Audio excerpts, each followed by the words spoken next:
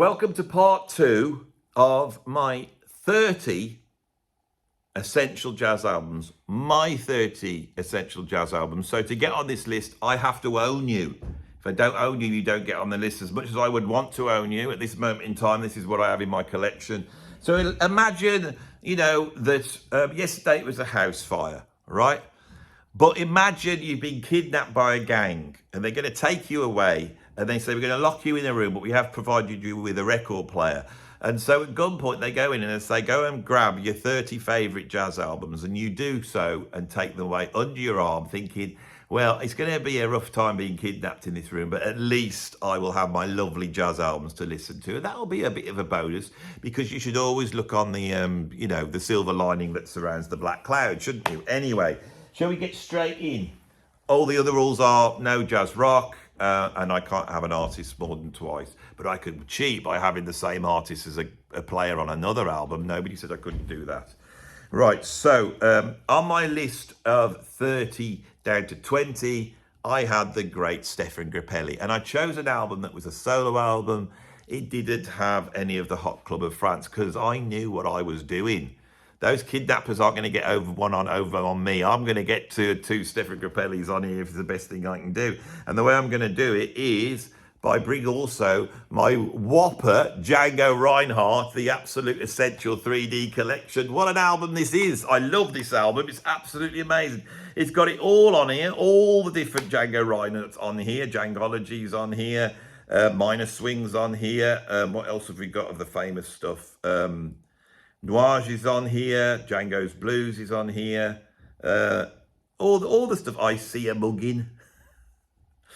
All the stuff's on here, absolutely brilliant. Django, absolutely incredible guitar player. It's like, even today, his influence on guitar is absolutely vast. And with the great Ozzy Osbourne passing away a couple of weeks ago, and us saluting the sort of Black Sabbath, that's them over. Of course, without Django, you would not have had Tony Iommi. He inspired Tony Iommi to keep going, because he was a huge Django fan. And when he lost the end of his fingers, he thought, well, if Django can play with only these two fingers, sorry to do that to you. But he could only play with these two fingers, old Django, because these had been like knackered up in a fire. He was a gypsy, he was sat in his caravan before he was famous, and he set it on fire. And I think he was trying to get his guitar out of something. He reached to get his guitar. That's how I imagined it. And his hand got caught fire and these fingers got paralysed. He used to use them to drop string, push strings down to play chords. The great Django Reinhardt. I absolutely love Django. I could listen to him all day long. And this album here, his album, I'm having a think. I bought this quite recently. I got a lot of Django albums, but I bought this quite recently in a second-hand shop. And you know how much it was? 25p. And here I am, holding it up on my essential albums. This is the most newest one I've got, actually. I only bought this a couple of months ago. Absolutely brilliant. Right, I'm going to tell you a Django story. I'll tell you too, in fact, I interviewed the great Martin Taylor on this channel, and he told me lots of stuff that Stéphane Grappelli had told him about Django. And Stéphane apparently turned around to Martin Taylor, who obviously loves Django, because he's one of the great guitarists. Martin loves Django. So Stéphane turns around one day and says, I don't think you would have liked Django. And Martin was like, why? Why is that? Why do you think? Why wouldn't I have liked him? Because he had very smelly feet, which I think's wonderful. The other story I like about him is when he was on his deathbed, I don't know if this one's true, that his son, Brubeck, who did go on to become a good jazz guitarist, came to him and said, Dad, I've been so inspired by you that I too will become a great jazz guitarist. And Django, who was there, he leaned forward. Of course, his son didn't have a French accent, but now Django does. And his son leaned forward and went, don't bother, you will never be as good as me. Django, what a man. What a man. Right, let's have a go at this now. So that was number 20. We're on a number 19. Right, I've got 2 British jazz albums on this list. The other one cropped up in the other list. It was a Ronnie Scott album. One of the greatest jazz albums ever made, British jazz albums ever made, one of the most influential British jazz albums ever made. It is, of course, and this is the one where it breaks the rules slightly, because you could argue that there's fusion on this one. It's John McLaughlin's first solo album, recorded in London in 1969, called Extrapolation. Yep, this is a jazz album. It's a full-on jazz album. There's the intimations on here of jazz rock. Of course there is. This is where the groundwork is being laid. Incredible lineup on here. We've got John Sermon on baritone and soprano sax, John McLaughlin on electric and acoustic guitars, Brian Hodges on bass, who was sitting in for David Holland, who'd already got the call and was going over to the States to play with Miles Davis, and the incredible Tony Oxley on drums, who was a great free jazz drummer. And I believe he saw this, that he was slumming it a little bit playing on this album. I think he may have regretted in a way the fact that this became the album he's most known for. He was such a great player. But I've read interviews with Tony Oxley, and he seemed to intimate that. I've now used the word intimate twice because it's in my head. Keep going. This is all great stuff. Some classic John McLaughlin compositions on here. It's funny, Argan's Bag. They're just so much great stuff. Binky's Beam. It's all brilliant, right? Absolutely brilliant. If you're not much of a John McLaughlin fan, if you're not much of a fusion fan, you're more of a purist jazz fan, go and have a listen to this. See what you think. It's pretty fierce. It's pretty out there. It's pretty angular, as you'd expect, but it's pretty good. Right, let's now move on to number 28. This is rapidly becoming one of my favourite albums ever made. It's a weird one. It would not be an essential album for most people. It is for me. It's Trio Music by Chick Corea. It features this incredible piano trio, which is the same lineup that performed on his first album, which was called Now He Sings, Now He Sobs. And that is, I haven't got that album and I need to get it. I've got it on a download somewhere. But Now He Sings, Now He Sobs is one of the greatest piano jazz albums of all time. And I love piano trios, you see. I've got a weakness for piano trios, which is not that worse, a bad a weakness to have, is it really? Anyway, this is a double album on ECM Records with the same trio. It sounds absolutely incredible. Side one is a bunch of free improvisations, but they're not necessarily just making lots of noise and playing full out. They're playing in a sort of almost like modern classical chamber way, doing all sorts of different things on there. It's absolutely incredible. Record 2 is Chick's tribute to Thelonious Monk, and I love it when he plays in that angular and percussive way. He does Rhythm and Ing, Round Midnight, Erenel, Think of One, Little Rooty Tooty, Reflections, and Hackensack. It's beautifully recorded. Everyone plays absolutely amazing. And Roy Haynes never sounded better. The production on this is incredible. And he plays this drum kit where his toms sound like timpani. Or timpani, depending on whether you want to say it correctly or not. I always want to say timpani. I think it sounds better than timpani. Timpani is better. Right. So we're down to 27, I think. I might go wrong with the numbers, okay? Now, I grew up listening to jazz. My dad was a jazz fan. There's a couple of jazz groups I was brought up on. This is one of the jazz groups that I virtually listen to every single night. They're in my system. They're in my DNA. They're in my bones. I love this group so much. And I thought, if I was grabbing an album, I'm not going to go for the obvious one now. I've heard it too many times, and I wouldn't enjoy it anymore because I've listened to it so much. The group is the Dave Brubeck Quartet, the classic lineup with Joe Morello, Eugene Wright on bass, and of course the greats Paul Desmond, as he points to Brubeck, the great Paul Desmond. So I was looking at the reflection on alto sax. This is small, smooth, cool jazz. Now, of course, really, I should have Time Out on here from 1959, the sort of, the classic album. I've heard it so much. And it doesn't have to be those tracks for me to love Brubeck. So I thought I'd go for another one. Recorded roughly around the same time. This is the original copy of Gone with the Wind. And on this one, he's paying tribute to the South. There was this mad concept. When albums first came out in the 50s, they went straight to concept albums. They would do like Kind of Blue, which is all a bunch of blues. Or you'd get In the Wee Wee Small Hours by Frank Sinatra, which is all loads of songs about the wee wee small hours. And on this one, it's all sorts of tunes from the Deep South, which of course are a bit troublesome now. You know, things like Camptown races are a bit troublesome, aren't they? But they weren't there. And of course, Brubeck grew up on a farm. I don't know whether he was down south, but he grew up on a farm, I know. And I think he's just got, he loves these tunes, right?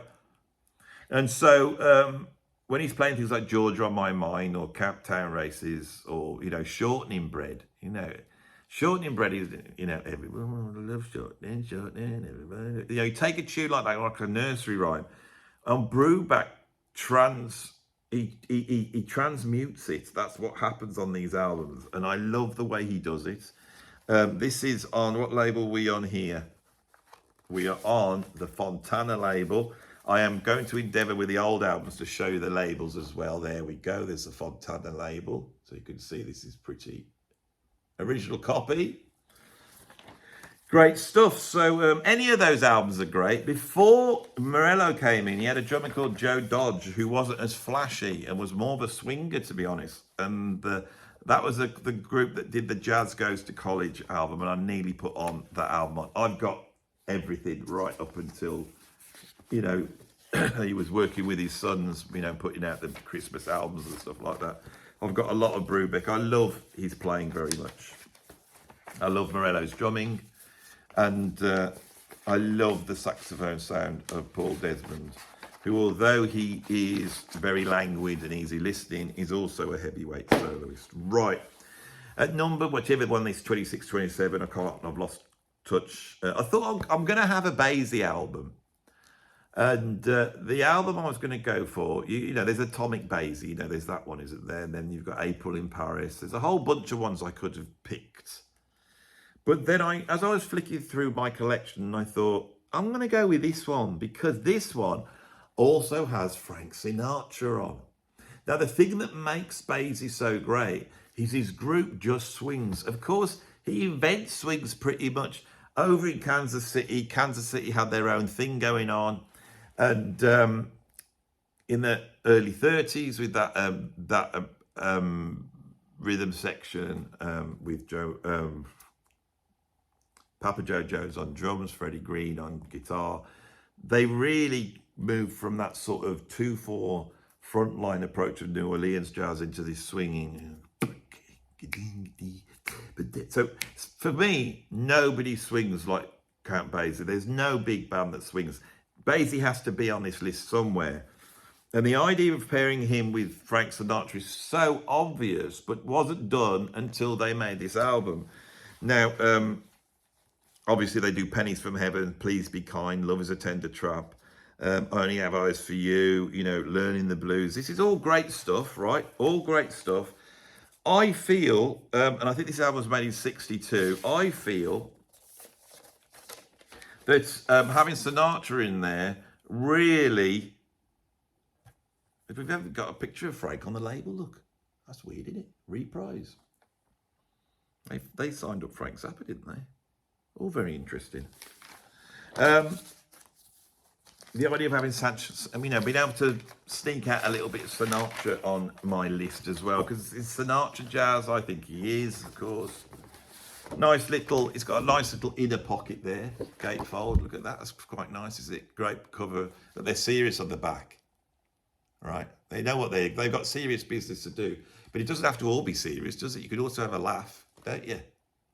Look at Frank, he's got his hand on Basie, because he knows he's touching God. Look, he's so chuffed to be mates with Count Basie. I love Count Basie. And it swings. It's not so much the solo. He had great soloists, of course. It's not so much the soloing in Basie. It's the rhythm section.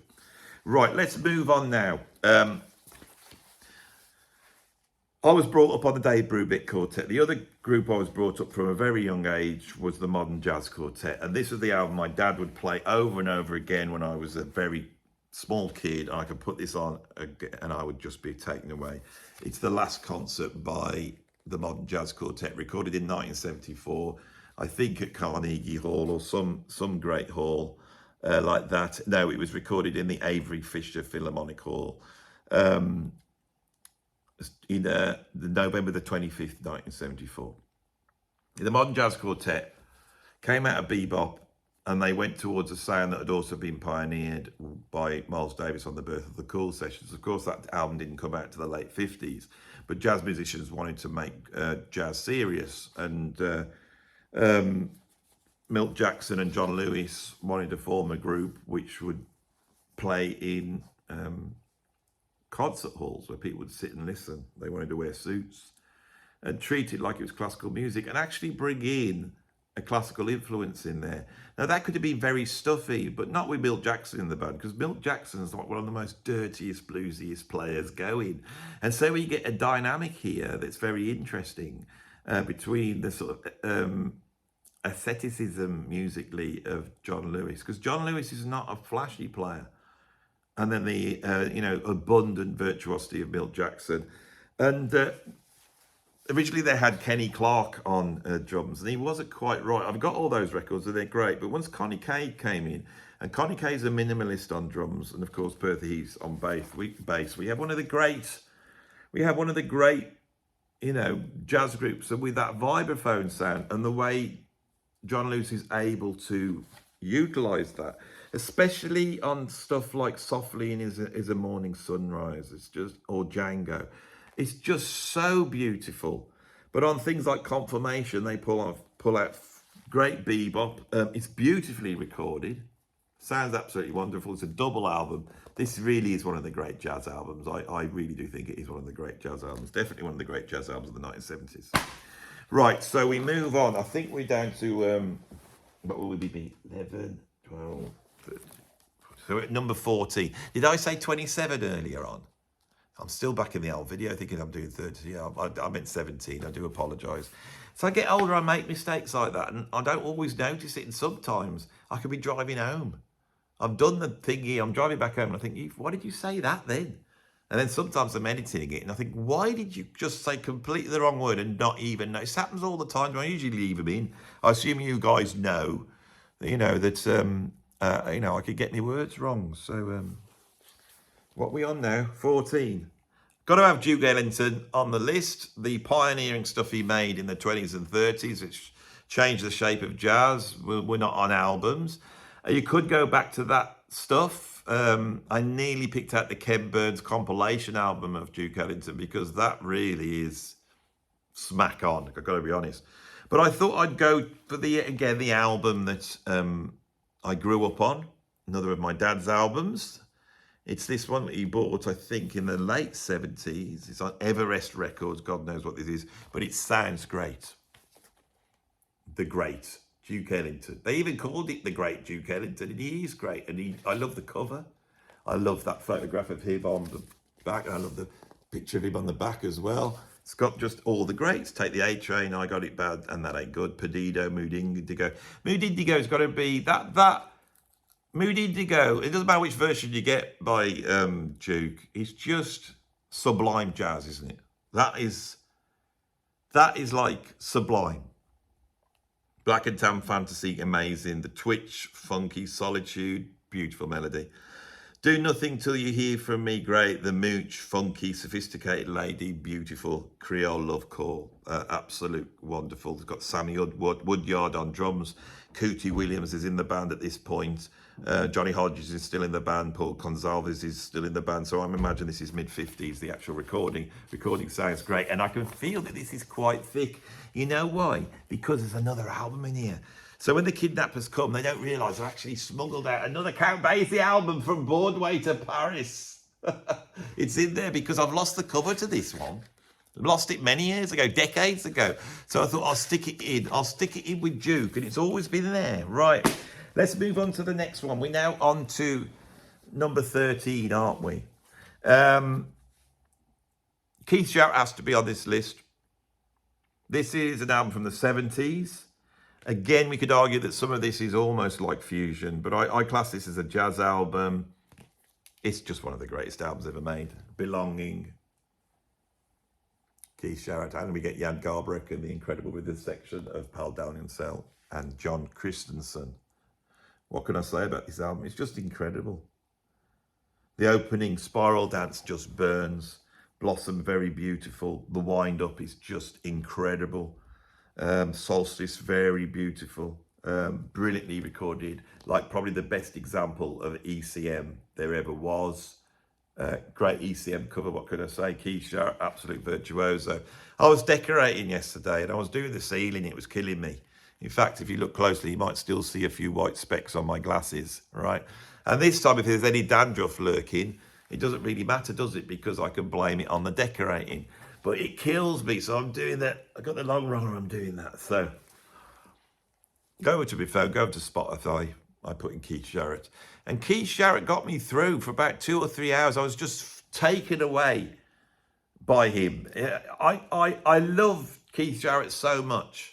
I find every time I want to sit down to listen to music, it's Keith Jarrett at the moment. I just absolutely love him. He's got absolutely everything. He's a virtuoso.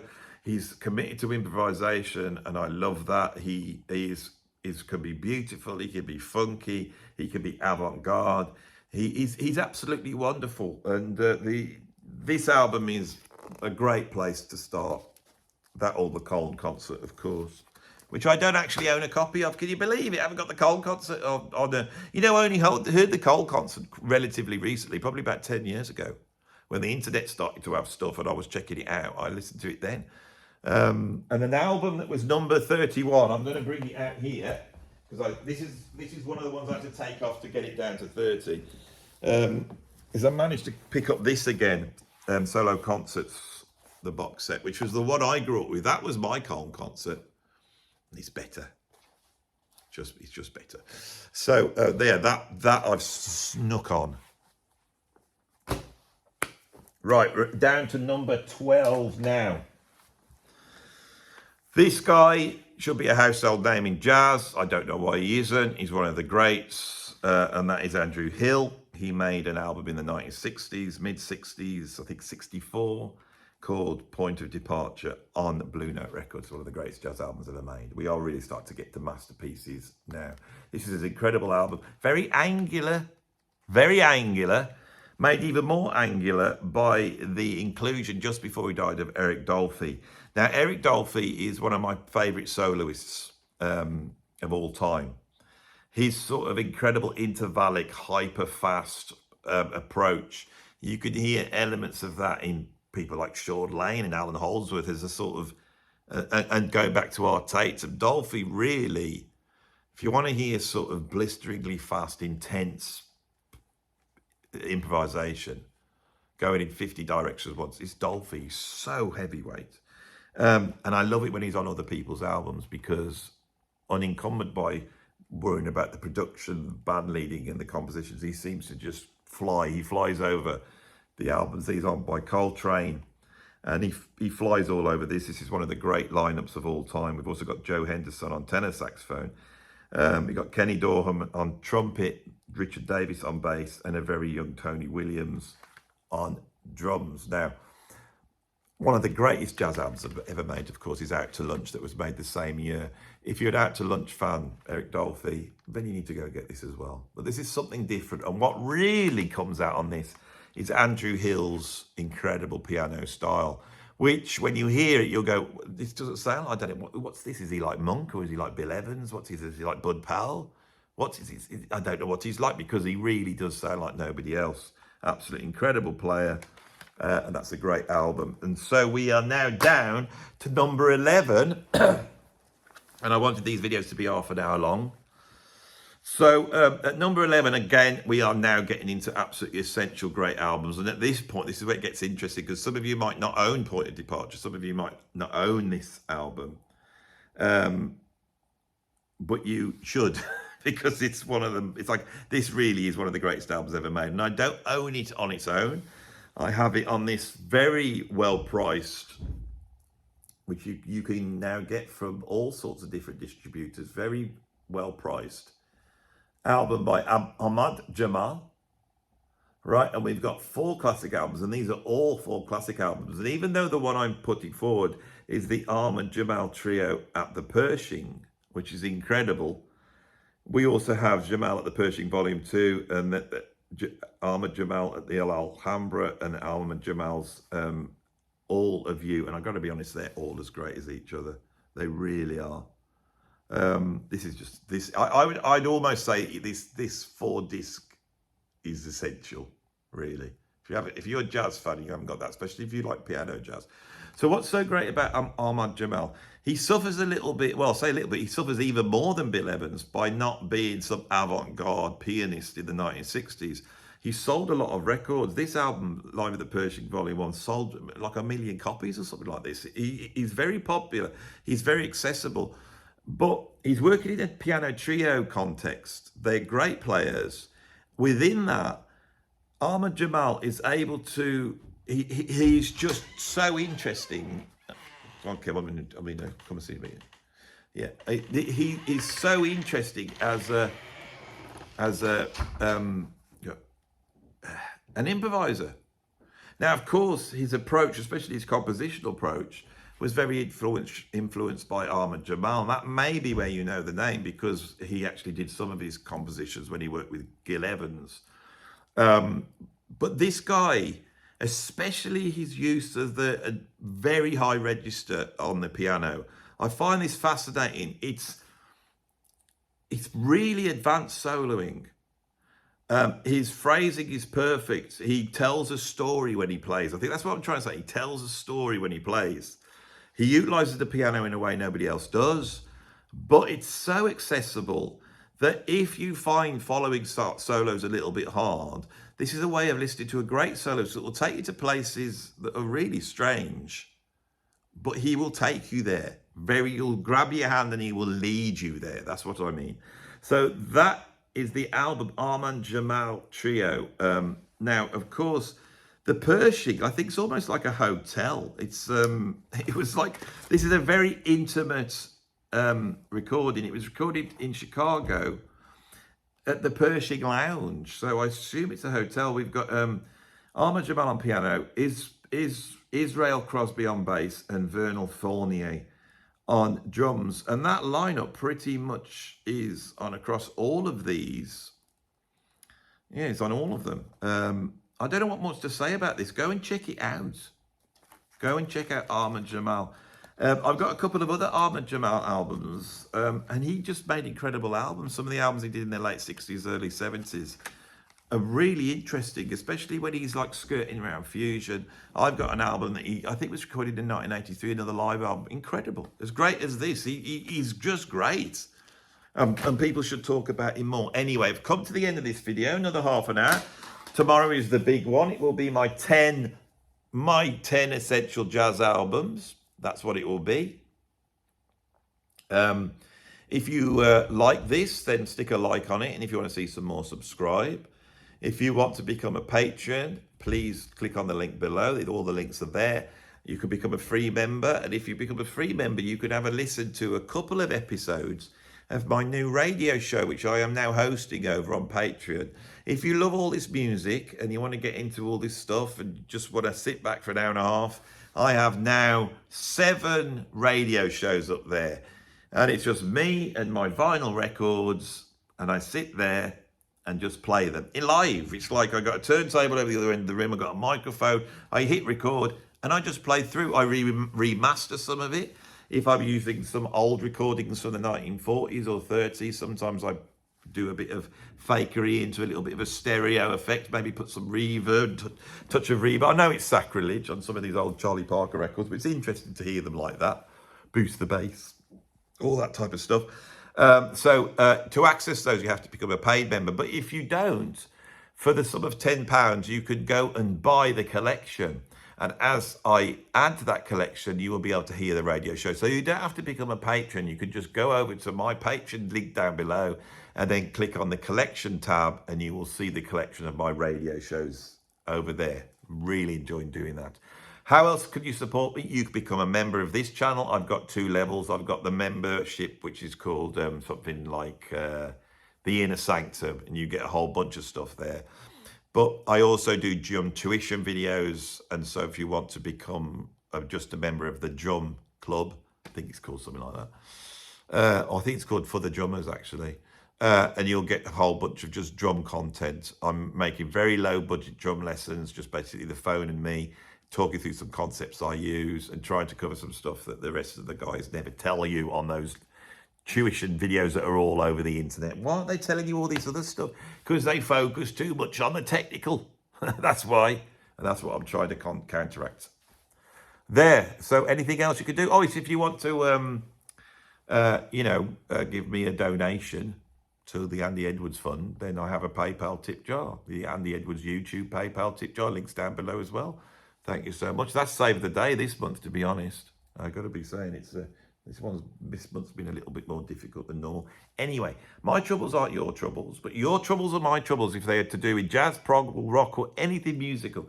Put into the comments anything you want me to do or talk about, and I will. And tomorrow we're going to be going through, right, this is where the big views are going to be. We're going to be going through the top 10 essential jazz albums of all time. Thanks for watching. See you soon.